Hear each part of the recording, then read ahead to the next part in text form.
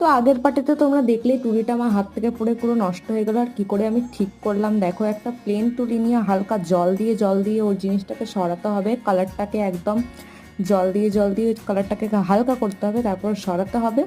আমি ইউজ করেছিলাম acrylic colour, ওটা কিন্তু পুরোটা শুকিয়ে যাওয়ার পর আর জল দিলেও ওই কালারটা আর উঠবে না, তাই জন্য এটা পসিবল হয়েছে।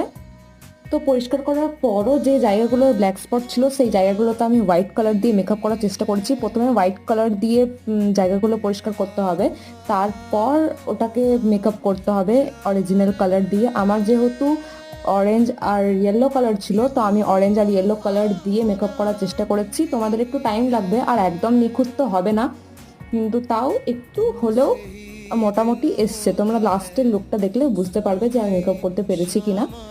তো নেক্সট ভিডিওর জন্য ওয়েট করো, আরও ইন্টারেস্টিং কিছু আছে গল্প, পরে শেয়ার করব। তো টাটা।